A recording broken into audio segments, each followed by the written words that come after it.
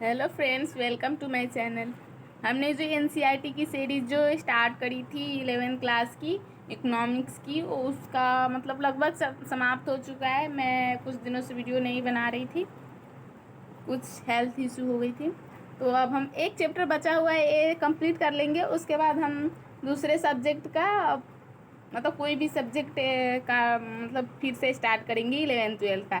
और इकोनॉमिक्स में ज़्यादा ये वाली बुक ही इम्पोर्टेंट होती है। उसके बाद आप कोई भी स्टैंडर्ड बुक पढ़िएगा, और नहीं तो आप 12th का एक मैक्रो इकोनॉमिक्स आती है, वो भी आप पढ़ सकते हैं। उसके बाद कोई भी स्टैंडर्ड बुक पढ़ सकते हैं। उसके बाद देखते हैं ये वाला चैप्टर, भारत और इसके पड़ोसी देशों के तुलनात्मक विकास अनुभव।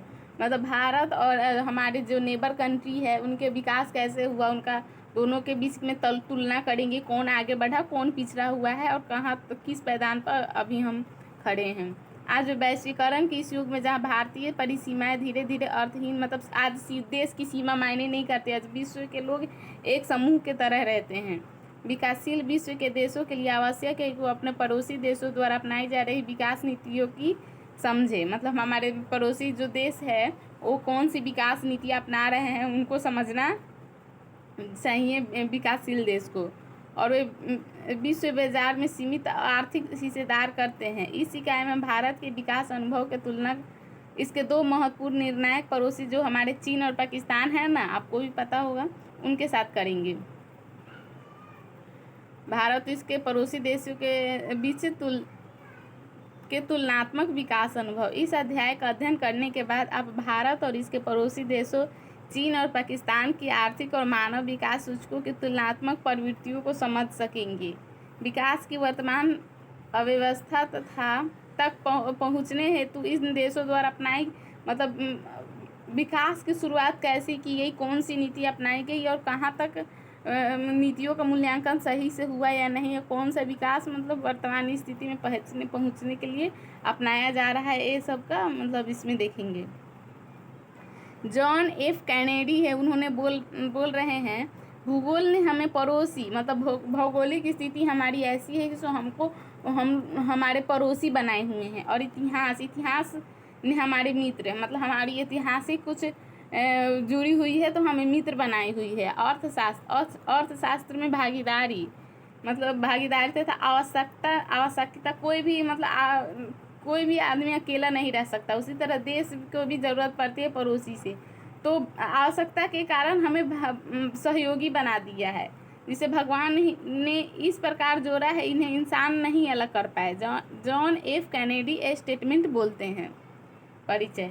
पिछली इकाइयों में हमने भारत के अनेक विकास अनुभवों का विस्तार से अध्ययन किया है। हमने यह भी अध्ययन किया था कि भारत ने किस प्रकार की नीतियाँ अपनाई और उनके विभिन्न क्षेत्रों पर किस प्रकार के प्रभाव पड़े।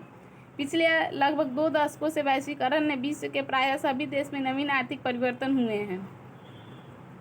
हम लोगों ने देखा विकास कैसे स्वतंत्रता प्राप्ति के बाद भारत ने अपनी नीतियाँ अपनाई, और कैसे मतलब विभिन्न क्षेत्रों में कौन कौन सी नीतियाँ अपनाई हम लोग देख रहे हैं। तो पिछले अध्याय में देखे, पिछले लगभग 2 दशकों से वैश्वीकरण ने विश्व के प्रायः सभी देशों में नवीन आर्थिक परिवर्तन हुए, और 1991 में एलपीजी रिफॉर्म आया, वो भी पता होगा, उसके बारे में भी पढ़ लिए। अगर आपने नहीं पढ़ा होगा तो हमारे वीडियो देख सकते हैं, उसमें पूरी डिटेल से मैं समझाई हुई हूँ, और हमारे साथ ये आप बुक पढ़ सकते हैं। इन पर मतलब एक बार बुक रीडिंग करने के बाद और या लेक्चर सुनने के बाद आप आराम से समझ सकते हैं। इन परिवर्तनों के कुछ अल्पकालिक तो कुछ दीर्घकालिक प्रभाव भी पड़ा है। मतलब वैश्वीकरण का अल्पकालिक प्रभाव भी पड़ा है और दीर्घकालिक प्रभाव भी पड़ा है। भारत भी इनसे अछूता नहीं रहा है। विश्व के सभी राष्ट्र अपनी अर्थव्यवस्थाओं को सुदृढ़ करने के लिए अनेक उपाय अपनाते रहे। इसी उद्देश्य से वे अनेक प्रकार के क्षेत्रीय वैश्विक समूहों के निर्माण करते रहे। मतलब अपने आर्थिक सहयोगी, ये समाज जियो पॉलिटिक्स होता है, भू राजनीतिक, सामरिक, या कुछ अपने हितों की सुरक्षा के लिए वो लोग ग्रुप बनाते हैं। जैसे सार्क में 8 देश आता है।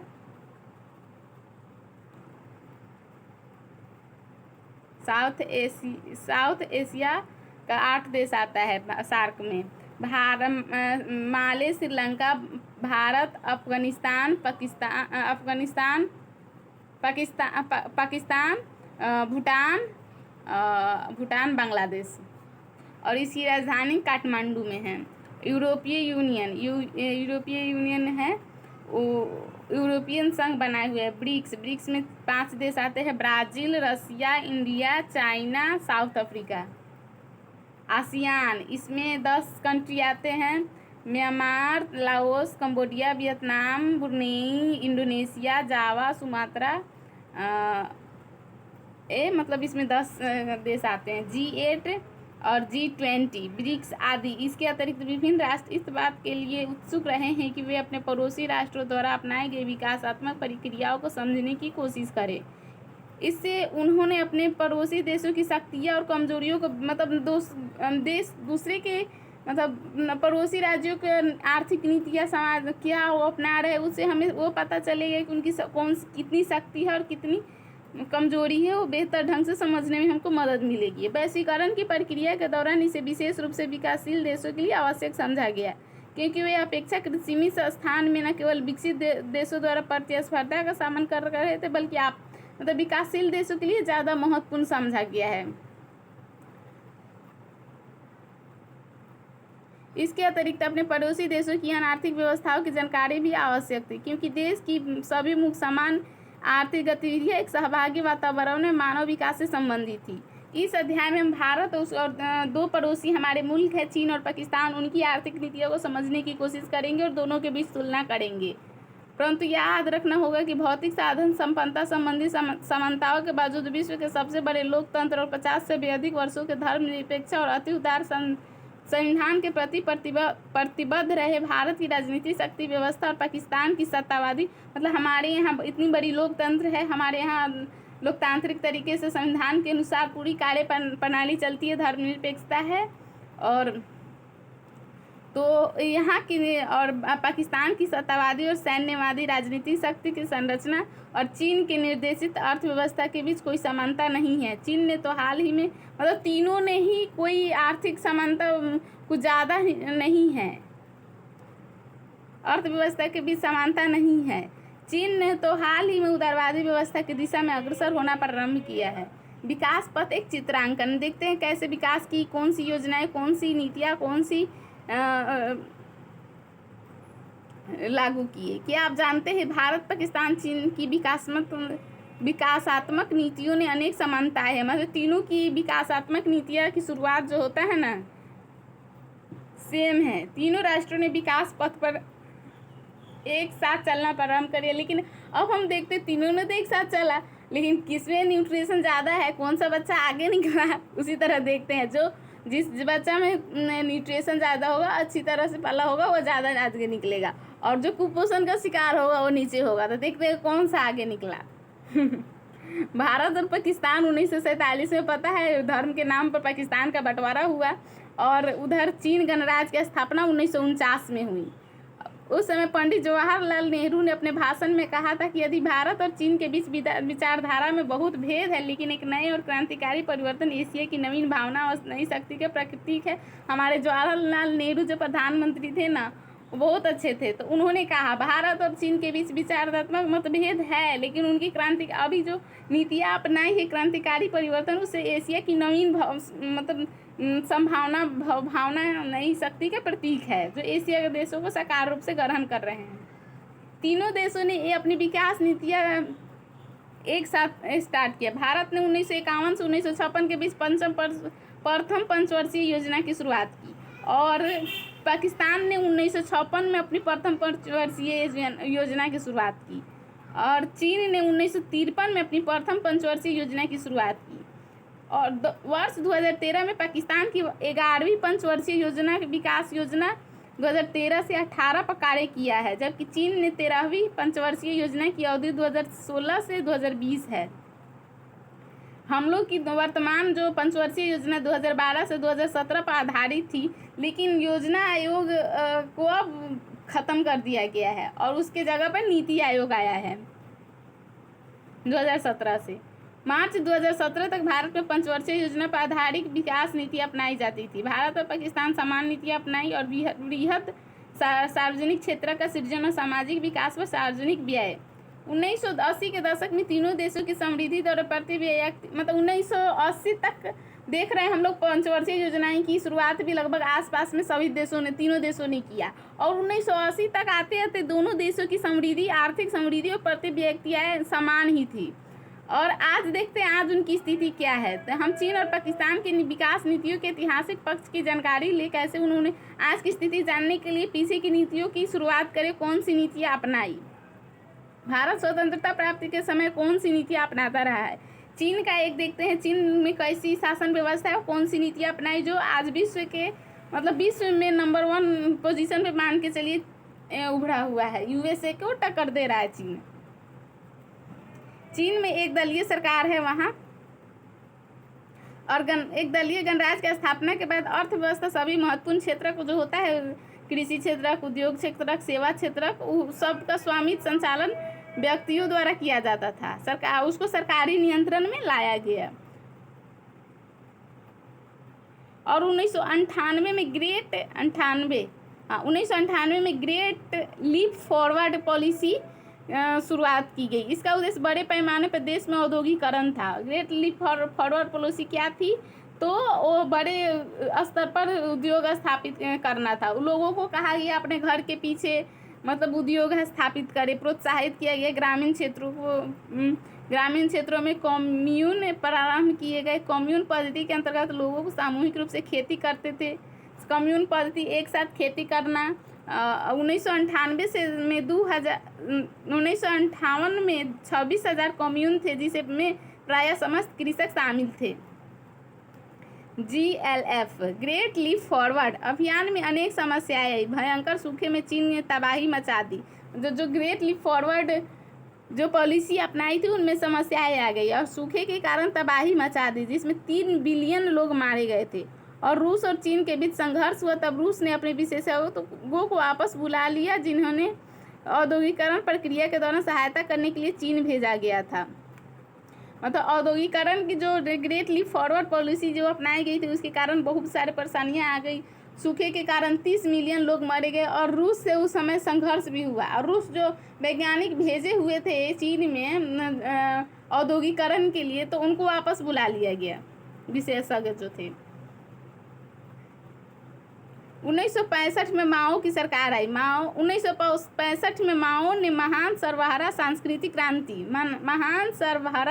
सांस्कृतिक क्रांति का आरंभ किया। 1966 और 67 के छात्रों और विशेषज्ञों को ग्रामीण क्षेत्रों में काम करने के लिए अध्ययन के लिए भेजा गया।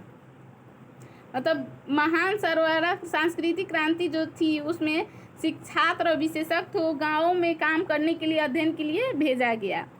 संप्रति चीन में जो अति तेज औद्योगिक समृद्धि हो रही है उसकी जड़ें 1978 में लागू किए गए सुधारों की में खोजी जा सकती है। 1918 में चीन में नई आर्थिक मतलब सुधार हुई।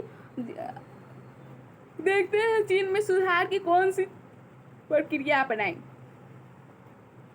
प्रारंभिक चरण में कृषि, विदेश व्यापार तथा निवेश क्षेत्रों में सुधार किए गए। मतलब स्टेप बाय स्टेप चीन ने कदम उठाया। प्रथम समय में कृषि और विदेश व्यापार और निवेश क्षेत्र में सुधार किए गए। उदाहरण के लिए कृषि क्षेत्र में कम्यून भूमि को छोटे छोटे भूखंडों में बांट दिया। जो पहले कम्यून भूमि था एक साथ सभी लोग मिलकर काम करते थे, अब उसको छोटी छोटी टुकड़ियों में बांट दिया गया और अलग अलग परिवारों में आवंटित किया गया। वे प्रकल्पित कर देने के बाद भूमि से होने वाली समस्त आय को अपने पास रख दे सकते थे। मतलब ऐसे लोगों को स्वामित्व बना दिया गया लोगों को, और उससे उपजे आय से अपने पास रख सकते थे। और बाद में उद्योग के क्षेत्र में आरंभ किए गए। मतलब स्टेप पहले कृषि में, उद्योग में, विदेश निवेश में, ऐसे वो लोग की नीति 1978 में अपनाई चीन ने चरणबद्ध तरीके से। फिर औद्योगिक क्षेत्र में सुधार आरंभ किए। समान नगरीय तथा ग्रामीण उद्यमों की निजी क्षेत्र की उन फर्मों की वस्तुएं उत्पादित करने में अनुमति थी।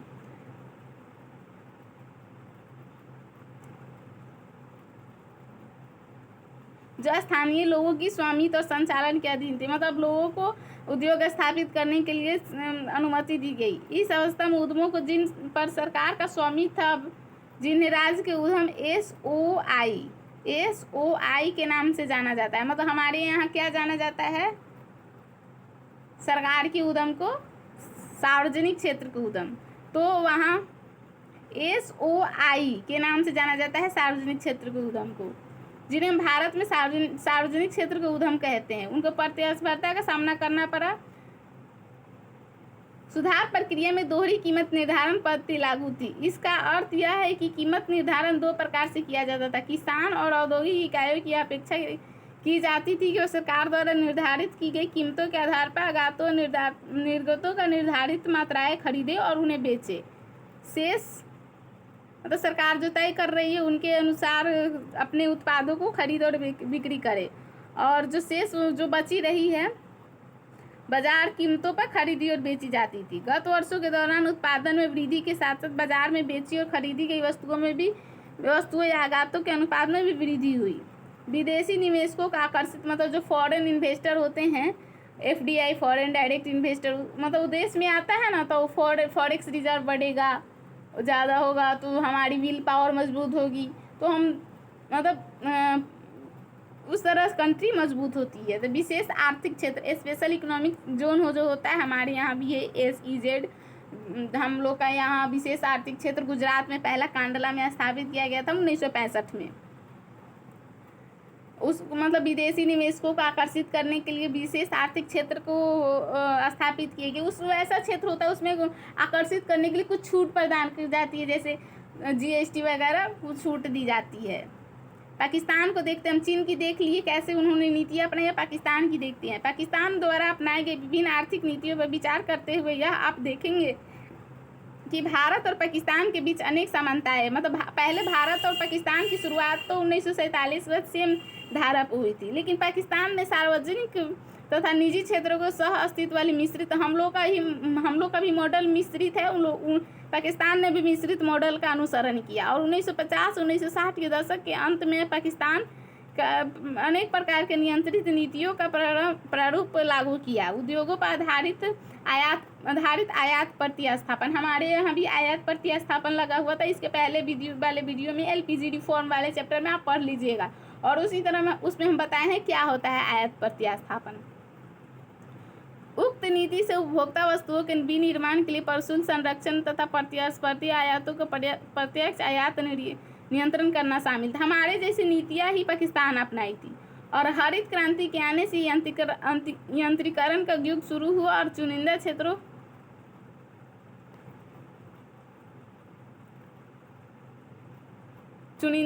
के आधारित संरचना में सरकारी निवेश में वृद्धि हुई, जिसके फलस्वरूप खदानों के उत्पादन में अंततोगत्वा वृद्धि हुई, जिसके कारण कृषि भूमि संबंधी संरचना में नाटकीय ढंग से परिवर्तित हुआ। 1970 के दशक में पूंजीगत वस्तुओं के उद्योगों का राष्ट्रीयकरण हुआ। 1970 के बाद उद्योगों का राष्ट्रीयकरण करना स्टार्ट किया।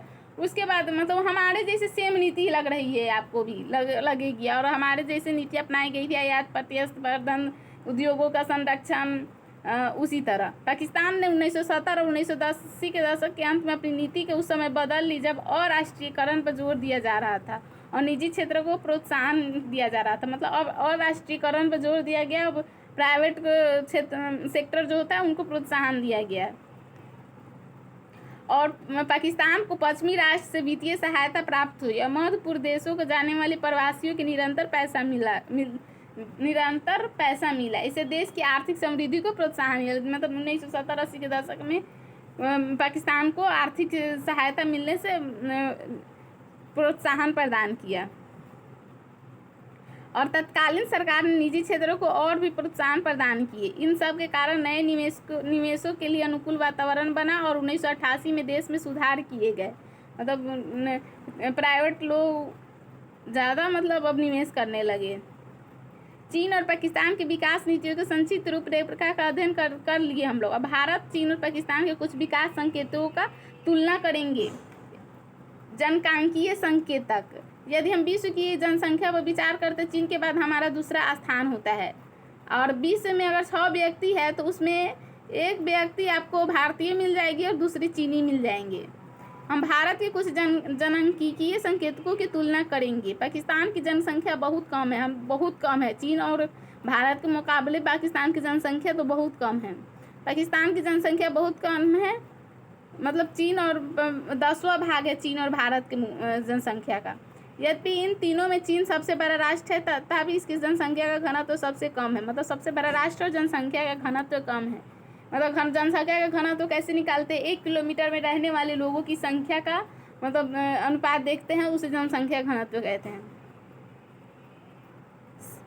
पाकिस्तान की जनसंख्या की वृद्धि सबसे अधिक है, लेकिन सबसे ज़्यादा जो अधिक है पाकिस्तान में जनसंख्या वृद्धि हो रही है। उसके बाद भारत और चीन का स्थान है। विद्वानों का मत है कि चीन की जनसंख्या में कम वृद्धि का मुख्य कारण मतलब चीन में जनसंख्या का कम मुख्य कारण क्यों मतलब कम क्यों है? तो 1970 में वन चाइल्ड पॉलिसी चाइना ने अपनाई थी और उसके कारण बच्चे की संख्या कम हो गई, बूढ़े लोगों की संख्या ज़्यादा हो गई। तो फिर अभी चाइना ने थर्ड चाइल्ड पॉलिसी अपनाई है और जो थर्ड मतलब 3 बच्चे को जन्म देगा उसको प्रोत्साहन भी दे रही है सरकार। चाइना की अलग ही बात है। चाइना में एक संतान नीति अपनाई थी, जिसका कहना था कि इसके कारण लिंगानुपात प्रत्येक 1000 पुरुषों पर महिलाओं का अनुपात में गिरावट आई। परंतु सारणी से आपको पता चल जाएगी कि तीनों देशों में लिंगानुपात महिलाओं के पक्ष में कम था। मतलब तीनों देश में महिलाओं की संख्या कम थी और पूर्वाग्रह से युक्त था। और पूर्वाग्रह के कारण बच्चे बेटी को जन्म क्यों दे? बेटी थोड़ी ना कमा कर देगी, बेटा होगा तो नाम कमाएगा, कमा कर देगा, ख्याल रखेगा। बेटी नहीं रखती है। मतलब लिंगानुपात पूर्वाग्रह होता है। आजकल ये सब मैंने नहीं करती है। दोनों लिंग, 2 ही तो लिंग है और दोनों में क्या डिफरेंस? कुछ भी नहीं। प्रत्येक दोनों मतलब तीनों देशों में पूर्वाग्रह से आश्रित थे लोग, से युक्त थे। आजकल तीनों देश की स्थिति सुधारने के लिए विभिन्न उपाय कर रहे हैं। एक संतान नीति जो अपनाई थी उसके कारण जनसंख्या थमने के अन्य प्रभाव भी है। उदाहरण के कुछ देशों में वयोवृद्ध की संख्या अधिक हो गई, बच्चे की संख्या कम हुई। चीन में प्रजनन दर भी बहुत कम है, पाकिस्तान में अधिक है। चीन में नगरीकरण अधिक है, भारत में नगरीकरण में नगरीय क्षेत्रों में 34% लोग रहते हैं। सकल घरेलू उत्पाद मतलब देख लिए जनांकीय अनुपात तीनों का हम लोग तुलना की है, जिसमें पाकिस्तान की जनसंख्या कम है, जनसंख्या लेकिन तीव्र गति से बढ़ रही है। चाइना की 1970 में वन चाइल्ड पॉलिसी अपनाने के कारण बूढ़े की संख्या बड़े हो गया, बच्चे की संख्या कम हो गई। वयोवृद्ध है, बूढ़े नहीं, वयोवृद्ध कहेंगे उसको उनको। और भारत में जनसंख्या अधिक है और सकल घरेलू उत्पाद में तीनों क्षेत्रों की योगदान तीनों देशों की तुलना करते हैं। चीन के बारे में भविष्य में बहुत चर्चित एक मुद्दा है सकल घरेलू उत्पाद में वृद्धि। चीन की आर्थिक जो स्थिति है ना बहुत स्ट्रांग है, बहुत ज़्यादा। चीन का सकल घरेलू उत्पाद का 22.5 ट्रिलियन विश्व के दूसरे स्थान पर है। भारत का सकल घरेलू उत्पाद 9.3 मतलब चीन का 22.5 ट्रिलियन है तो भारत का 9.3 है। कि समृद्धि भारत देश दरों में मामूली गिरावट, किधर गया? यही तो है। समृद्धि की मामूली यहाँ से है शायद ट्रिलियन तथा पाकिस्तान के जीडीपी का 1.1 ट्रिलियन भारत के जीडीपी का लगभग 11% है। मतलब चीन का 22.5 ट्रिलियन है तो भारत का 9.1 ट्रिलियन है जीडीपी और पाकिस्तान का 1.1 ट्रिलियन है। भारत का सकल घरेलू उत्पाद चीन के सकल घरेलू उत्पाद का 41% है, जबकि अनेक विकसित देशों में 5% तक की समृद्धि दर बनाए रखने में कठिनाई महसूस कर रहे हैं। तथा चीन एक ऐसा देश है जो 1980 के दौरान से अधिक लगभग सबसे इसकी दोगुनी मतलब चीन की वृद्धि बहुत अधिक हो गई। पता नहीं कैसे कुछ नीतियाँ अपनाई जिसके कारण उसकी आर्थिक समृद्धि जो है रफ्तार से बुलेट ट्रेन की रफ्तार से चल रही है। और ऐसे चीन भी तो बुलेट ट्रेन चला ही रहे हैं। यह भी देखिए कि 1980 के दशक में पाकिस्तान भारत से आगे था। मतलब 1980 के दशक में पाकिस्तान हम लोगों से आर्थिक रूप से बहुत मजबूत था, लेकिन आज की स्थिति खस्ता है। चीन की समृद्धि दोहरे अंकों में थी और भारत की सबसे नीच थी। 2015 और 17 के दशक में पाकिस्तान और चीन की समृद्धि दरों में मामूली गिरावट आई, जबकि भारत में विकास दर के मामूली कुछ विद्वानों का मत है कि पाकिस्तान ने 1988 में प्रारंभ की गई सुधार प्रक्रिया तथा राजनीतिक वहाँ पर पॉलिटिकल जो होता है ना स्टेबिलिटी नहीं है। वहाँ पर कभी सैनिक का रहता है, पॉलिटिकल पार्टी का रहता है, क्या क्या, जिसके कारण आर्थिक क्षेत्रों में उनको गिरावट आई। हम अगले अनुच्छेद में भी इसके बारे में अधिक अध्ययन करेंगे कि किस क्षेत्र में किन प्रवृत्तियों का योगदान दिया है। हम पहले देखे थे कि क्षेत्रकों का नियुक्त लोग सकल घरेलू उत्पाद जो अब सकल वर्धित मूल्य कहा जाता है, जीडीपी को ही gross value added product GVP कहा जाता है। सकल वर्धित मूल्य में योगदान कैसे करते हैं पिछले खंड में हम बताया कि मतलब इसके जो 12th क्लास की है बुक है ना, उसमें भी पढ़ लेंगे। जीडीपी क्या होता है, एनएनपी क्या होता है, राष्ट्रीय आय क्या होता है, प्रति व्यक्ति आय क्या होता है, ये सब टॉपिक जो बहुत छोटा छोटा होता है, जो इकोनॉमिक्स में समझना जरूरी होता है पढ़ने के लिए। पिछले खंड में बताया गया है कि चीन और पाकिस्तान के भारत की अपेक्षा नगर में रहने वाले लोगों का अनुपात अधिक है। चीन की स्थलाकृति और जलवायु दशाओं के कारण कृषि के लिए उपयुक्त, मतलब चीन की जनसंख्या अधिक है, कृषि के लिए उपयुक्त क्षेत्र अपेक्षाकृत कम, अर्थात कुल भूमि क्षेत्र का लगभग 10% है। चीन में कुल कृषि योग्य भूमि भारत के कृषि क्षेत्र के 40% है। मतलब चीन की कृषि योग्य भूमि भारत के कृषि क्षेत्र की भूमि के 40% है। 1980 के दशक में चीन में 80% से अधिक लोग जीविका के एकमात्र साधन के रूप में कृषि पर निर्भर थे। 1980 तक 80% लोग जो है कृषि पर निर्भर थे। उस समय सरकार ने लोगों को कार्य त्यागने और हस्तलिपि वाणिज्य परिवहन जैसी गतिविधियाँ अपनाने के लिए प्रेरित किया और लोगों को प्रोत्साहित दिया से आप दूसरे गतिविधियों में संलग्न हो सकते हैं, दूसरे चीज़ों से आप जीविका प्राप्त कर सकते हैं, आजीविका प्रदान प्राप्त कर सकते हैं। 2018-19 में 27% श्रमिकों के साथ कृषि ने चीन के सकल वर्धित मूल्य में 7% का योगदान दिया। भारत और पाकिस्तान में जीडीपी के लिए कृषि का योगदान 16 और 24% था। मतलब भारत के में 16 है कृषि का योगदान, तो पाकिस्तान में 24%। परंतु इस क्षेत्र में श्रमिकों का अनुपात भारत में अधिक है। यहाँ पर श्रमिक ज़्यादा है और आय कम है। पाकिस्तान में लगभग 41% लोग कृषि कार्य करते हैं, जबकि भारत में 43% उत्पादन और रोजगार के क्षेत्र के बाहर हिस्सेदारी भी दर्शाती है कि पाकिस्तान की 24% श्रम शक्ति उद्योग क्षेत्र में कार्य करते हैं और जो कि सकल वर्धित मूल्य का केवल 19% उत्पादन के बराबर है। भारत में उद्योग श्रम शक्ति 25% है तथा सकल वर्धित मूल्य जीवी 30% के बराबर माल का उत्पादन करते हैं।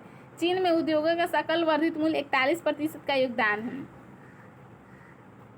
19, 25, 41 इन तीनों देशों की सेवा क्षेत्र का सकल वर्धित मूल्य का योगदान देखते हैं सबसे अधिक किसका है।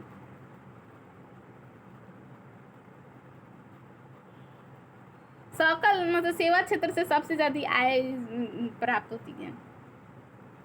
विकास की समान प्रक्रिया के दौरान इन देशों में सबसे पहले रोजगार और कृषि उत्पादन संबंधित अपनी नीतियों को बदलकर उन्हें विनिर्माण और उसके बाद सेवाओं की ओर, मतलब कृषि से हटकर विनिर्माण से हटकर सेवाओं की ओर परिवर्तित किया जाता है।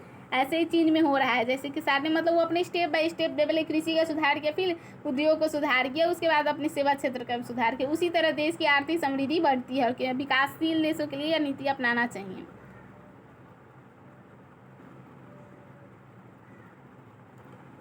ऐसे ही चीन में हो रहा है, जैसे कि सारणी 10.3 में देखा, भारत और पाकिस्तान के विनिर्माण में लगे श्रम बल का अनुपात बहुत कम, अर्थात यहाँ पर विनिर्माण में बहुत कम लोग रहते हैं, 25% और 24% है। जीबीए में उद्योगों का योगदान भारत में 30% है और पाकिस्तान में 19% है, जबकि यहाँ सीधे सेवा क्षेत्र पर जोर दिया जा रहा है। मतलब लोग ना उद्योग को सेवा मतलब कृषि क्षेत्र से लोग एकदम सेवा क्षेत्र की ओर बढ़ रहे हैं और उद्योग का एकदम नकार रहे हैं, जिसका परिणाम बहुत भयानक होता है, क्योंकि उद्योग बहुत लोगों को रोजगार देती है। बहुत सारे मतलब देश की समृद्धि के लिए उद्योगों की स्थापना जरूरी होती है। इन प्रकार तीनों देशों के सेवा क्षेत्र के विकास के लिए एक महत्वपूर्ण घटक के रूप में उभर कर आ रहा है। यह जीबीए में अधिक योगदान दे रहा है और साथ ही संभावित नियोक्ता बन रहा है। 1980 के दशक में श्रमिकों के अनुपात पर विचार करते हैं तो यह पाते हैं कि पाकिस्तान भारत और चीन की अपेक्षा सेवा क्षेत्र में अपने श्रमिकों को तेजी से भेज रहा है। मतलब पाकिस्तान सबसे आगे है सेवा क्षेत्र में। 1980 के दशक में था। भारत, चीन और पाकिस्तान की सेवा क्षेत्र में क्रमशः 17, 12 और 27% श्रम बल कार्य करते हैं। मतलब भारत में 17, चीन में 12, पाकिस्तान में 27% श्रम बल सेवा क्षेत्र में कार्य करते हैं। वर्ष 2019 में यह बढ़कर 32, 46 और 35% हो गया।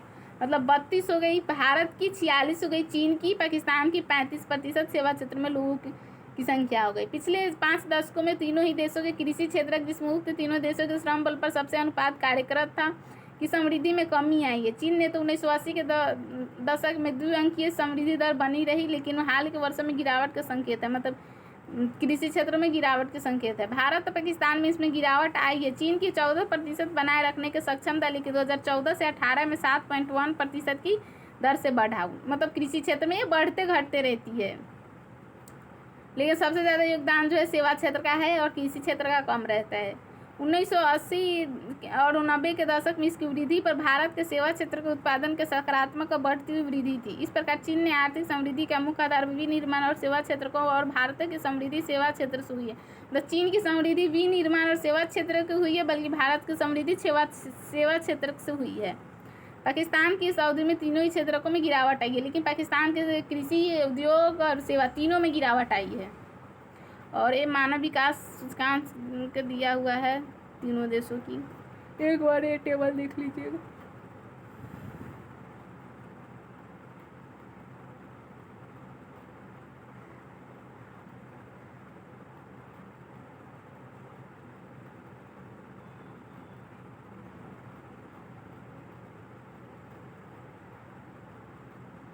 तीनों देशों का ये तुलना किया गया है। मानव विकास सूचकांक में कितना है, रैंक HDI के अनुसार कितना है, जन्म के स्थान, जीवन प्रत्याशा वर्ष कितना है, विद्यालय में औसत वर्ष कितना है, प्रति व्यक्ति घरेलू आय कितना है, गरीबी रेखा के नीचे रहने वाले लोगों की सेवा कितना है, शिशु मृत्यु दर, मातृ मृत्यु दर, आधारभूत स्वच्छता सेवाओं का उपयोग करने वाली जनसंख्या। इस सब में आपको चीनी का नाम सबसे ज़्यादा दिख रहा होगा।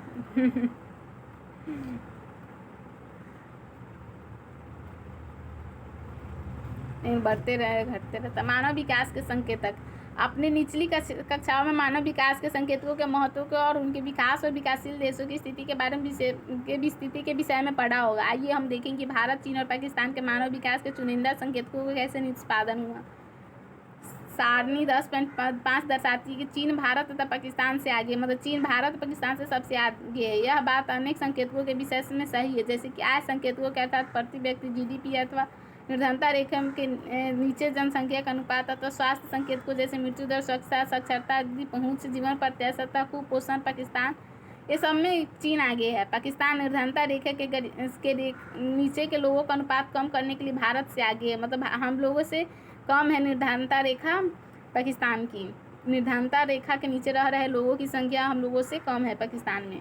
स्वच्छता के मामले में इसका निष्पादन भारत से बेहतर है, किंतु ये दोनों देश महिलाओं को मातृ मृत्यु से बचा पाने में असफल रहे। जो माँ की जो मृत्यु हो जाती है उन दोनों असफल रहे हैं।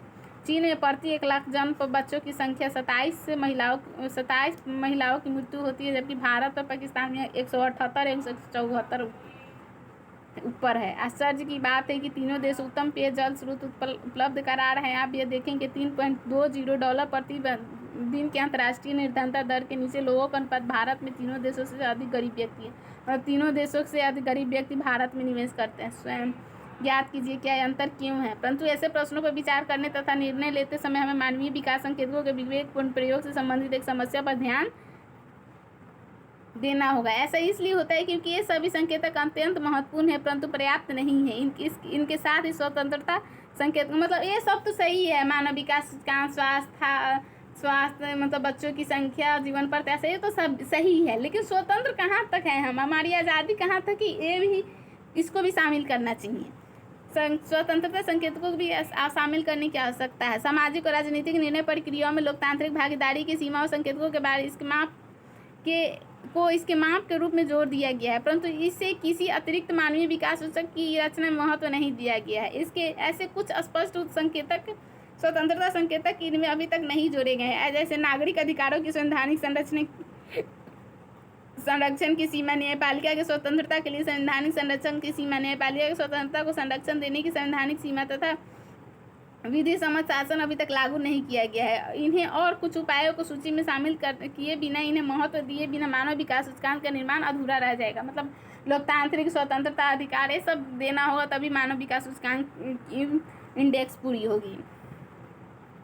विकास नीतियों का मूल्यांकन देखते हैं। अब सामान्यतः देखा जाता है कि किसी देश की विकास नीतियों को अपने देश में विकास के लिए मार्गदर्शन और सीख के रूप में ग्रहण किया जाता है। विश्व के विभिन्न भागों में सुधार कार्यक्रमों के लागू होने के पश्चात ऐसा विशेष रूप से देखा जाता है कि अपने पड़ोसी देशों की आर्थिक सफलताओं का कुछ सीख कर, मतलब अपने पड़ोसी देशों की कौन सी नीतियाँ अपनाएं, उनसे कुछ सीख लेने की आवश्यकता है। हमने अपनी सफलताओं विफलताओं के मूल कारणों के मतलब ये हम देखें कौन सी नीतियाँ अपनाएं जिससे हमें ऐसी मतलब विफलता हो, उसको देखना ज़रूरी होता है। यह भी आवश्यक है कि हम अपनी रणनीतियों के विभिन्न चरणों के बीच अंतर अभिभेद करें। विभिन्न देश अपनी विकास प्रक्रिया अलग अलग तरीके से पूरा करते हैं। आइए सुधार कार्यक्रमों के आरंभ को इस संदर्भ में बिंदु के रूप में ले। हम जानते हैं कि सुधार कार्यक्रम का आरंभ चीन में 1978 में हुआ, जबकि पाकिस्तान में 1988 में और भारत में 1991 में हुआ। मतलब चीन ने अपनी सुधार प्रक्रिया 1978 में स्टार्ट किया, जबकि पाकिस्तान ने 1988 में और भारत ने 1991 में एलपीजी रिफॉर्म के बाद स्टार्ट किया। ये सुधार पूर्व और सुधार पश्चात अवधि के बीच उनकी उपस्थिति, मतलब सुधार प्रक्रिया अपनाई गई, उसके बाद कौन सी उपलब्धि हासिल की गई, उसके बारे में मूल्यांकन करते हैं। चीन ने संरचनात्मक सुधारों को 1978 में क्यों प्रारंभ किया, मतलब उस स्थिति वैसी स्थिति आ गई होगी तो जिसके कारण उनको आर्थिक नीति अपनानी पड़ी। चीन को इन्हें प्रारंभ करने के लिए विश्व बैंक और अंतर्राष्ट्रीय, मतलब कोई भी देश का आर्थिक स्थिति खराब होती है तो विश्व बैंक और अंतर्राष्ट्रीय मुद्रा कोष कोई बाध्यता मतलब लोन उपलब्ध कराती है, लेकिन चीन को बाध्यता नहीं थी, जैसे भारत और पाकिस्तान को थी। चीन को तत्कालीन नए नेता माओवादी शासन के दौरान चीन की धीमी आर्थिक समृद्धि और देश के आधुनिकीकरण के अभाव के लेकर संतुष्ट नहीं थे। उन्होंने महसूस किया कि विकेंद्रीकरण, आत्मनिर्भरता, विदेश प्रौद्योगिकी और उत्पादों तथा पूंजी के बहिष्कार पर आधारित आर्थिक विकास माओवादी दृष्टिकोण से विफल रहा है। व्यापक भूमि सुधार और समुदायीकरण और ग्रेट लीप फॉरवर्ड तथा अन्य पहलों के बाद 1978 में प्रति व्यक्ति अन्न उत्पादन उतना ही था जितना 1950 के दशक के मध्य में था। मतलब इतना 1978 के पहले और 1978 तक सेम था, उससे कोई व्यापक परिवर्तन नहीं हुआ था। यह भी देखा गया कि शिक्षा और स्वास्थ्य के क्षेत्रों में आधारित संरचना की स्थापना किए जाने की फलस्वरूप भूमि सुधार और दीर्घकालिक विकेंद्रीकृत योजनाओं और लघु उद्योगों में सुधारोत्तर अवधि में सामाजिक और आय संकेतकों में निश्चित रूप से सुधार हुआ था। सुधारों की प्रारंभ होने से पूर्व ग्रामीण क्षेत्रों में बुनियादी स्वास्थ्य सुविधाओं का बड़े व्यापक स्तर पर प्रसार हो चुका था।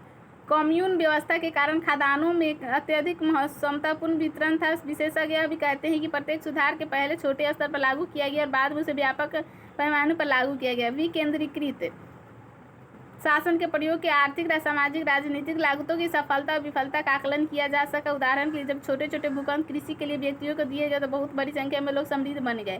मतलब जो पहले नीति अपनाई गई थी, जैसे ग्रेट लीप फॉरवर्ड, कम्यून व्यवस्था, उसको अब हटाई, नीति को 1978 में चेंज की गई।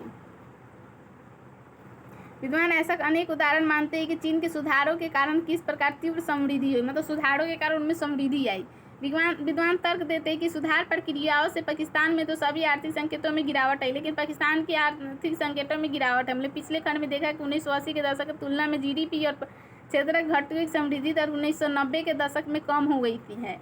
यदि पाकिस्तान के अंतर्राष्ट्रीय गरीबी रेखा में संबंधित आंकड़े में बहुत, मतलब वहाँ पर गरीबी लोग नहीं है लेकिन आर्थिक विकास नहीं है। पाकिस्तान अब लेकिन निर्धनता बढ़ रही है। 1960 के दशक में निर्धनों की अनुपात 40% 1980 के दशक में गिरकर 25% हो गया और हाल के दशकों में पुनः बढ़ने लगा। 1960 में 40, 1980 में 25 फिर बढ़ रहा है।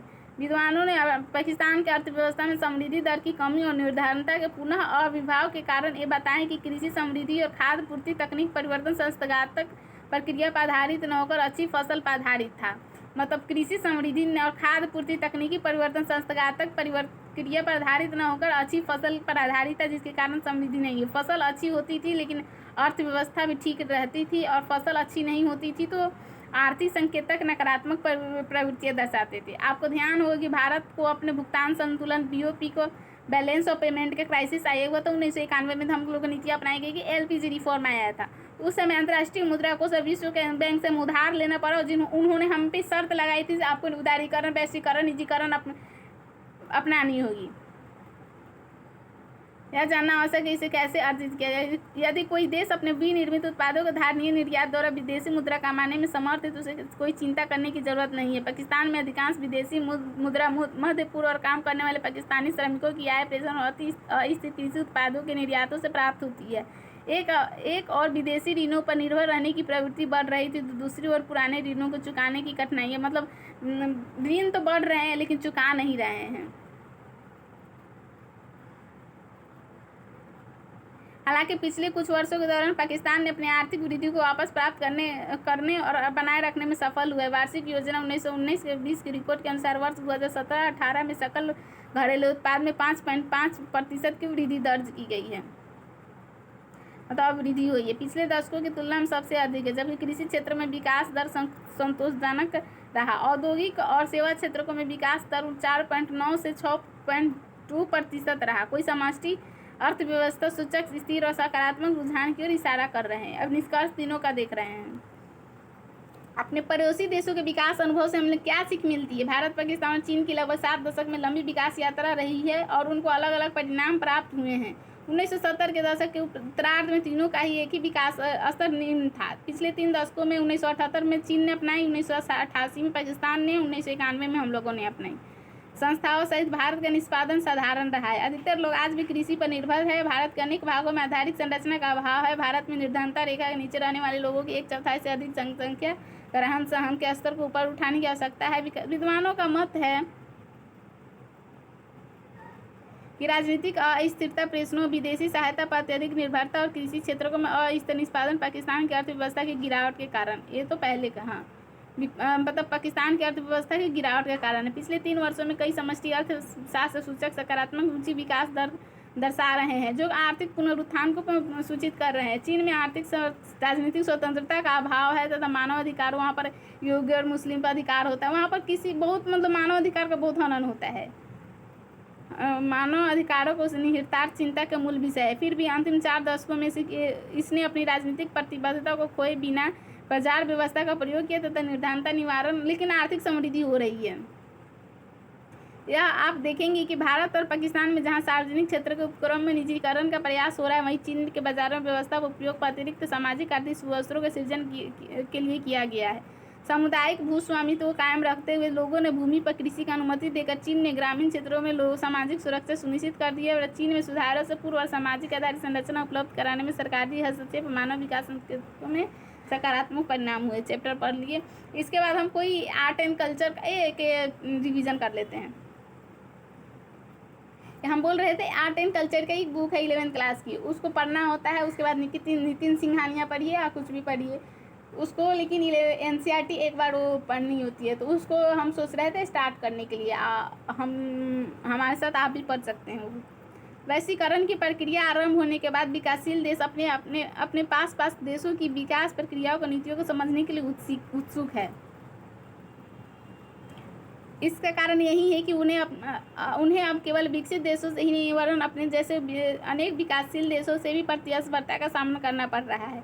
भारत, पाकिस्तान और चीन की भौतिक खाद्यान्न संपन्नताओं में काफ़ी समानता है, परंतु राजनीतिक व्यवस्थाएं बिल्कुल, मतलब तीनों की खाद्यान्न भौतिक समानताएं हैं लेकिन राजनीतिक समानताएं नहीं है। तीनों देशों में इस तरह की योजनाओं को विकास के रूप में आधार बनाए हैं, किंतु उन योजनाओं के क्रियान्वयन के लिए उन्होंने जो संरचना बनाई वो भिन्न भिन्न है। 1980 के दशक के प्रारंभिक वर्षों में तीनों देशों के सभी विकास संकेतकों अर्थात समृद्धि दर, राष्ट्रीय आय में उद्योगवार योगदान आदि समान थे। चीन के आर्थिक सुधार 1978 में प्रारंभ किए, पाकिस्तान ने 1988 में, भारत 1991 में। चीन ने संरचनात्मक सुधारों का निर्णय स्वयं लिया था, जबकि भारत और पाकिस्तान को अंतर्राष्ट्रीय संस्थाओं ने सुधार के लिए बाधित किया था। इन तीनों देशों में अपनाई गई नीति उपायों के परिणाम भी भिन्न भिन्न रहे। उदाहरण, चीन में केवल एक संतान की नीति द्वारा जनसंख्या की वृद्धि पर रोक लगाई थी, किंतु भारत और पाकिस्तान में इस दिशा में अभी तक कोई परिवर्तन होना बाकी है, लेकिन अभी इस पर काम की जा रही है। भारत में 70 वर्षों की योजनाबद्ध विकास के बाद इन देशों की जनसंख्या के 12 भाग अभी भी कृषि पर निर्भर है। भारत में कृषि निर्भरता सबसे अधिक है। चीन ने परंपरागत विकास नीति को अपनाया, जिसमें क्रमशः कृषि से विनिर्माण तथा उसके बाद सेवा की ओर अग्रसर होने की प्रवृत्ति थी। इसी तरह ही मतलब किसी देश के विकास होता है, कृषि से विनिर्माण, और उसके बाद हमारे देश में क्या हो रहा है, कृषि में तो जनसंख्या पर, कृषि में तो अधिक लोग जुटे ही हुए हैं और कृषि से बढ़ के एकदम सेवा क्षेत्र में जा रहा है, विनिर्माण को एकदम नकारा जा रहा है, जिसके कारण प्रॉब्लम उठ रही है, खड़ी हो रही है। चीन ने औद्योगिक क्षेत्र में उच्च समृद्धि दर कायम रही है, जबकि भारत और पाकिस्तान में कोई परिवर्तन नहीं हुआ है। इसके फलस्वरूप भारत और पाकिस्तान के विपरीत चीन की औद्योगिक समृद्धि के कारण उनकी प्रति व्यक्ति सकल घरेलू उत्पाद में तीव्र वृद्धि हुई है। चीन अनेक मानव विकास संकेतकों में भारत और पाकिस्तान से आगे है, जबकि बावजूद इसके प्रगति में सुधार प्रक्रिया कोई योगदान नहीं था, बल्कि उन रणनीति का था जिनमें चीन में सुधार के पूर्व अवधि में अपनाया गया था। विकास संकेतकों के मूल्यांकन के लिए स्वतंत्रता संबंधी सूचकांकों को भी ध्यान में रखना होगा। सिर्फ जीडीपी मानव विकास सूचकांक के लिए जो होता है उस सब को ध्यान में नहीं रखना चाहिए। स्वतंत्रता लोगों की कितना स्वतंत्रता है, राजनीतिक अस्थिरता क्या है, वो सब का भी मानव विकास सूचकांक में ध्यान रखना चाहिए जो भारत में उपलब्ध है। थैंक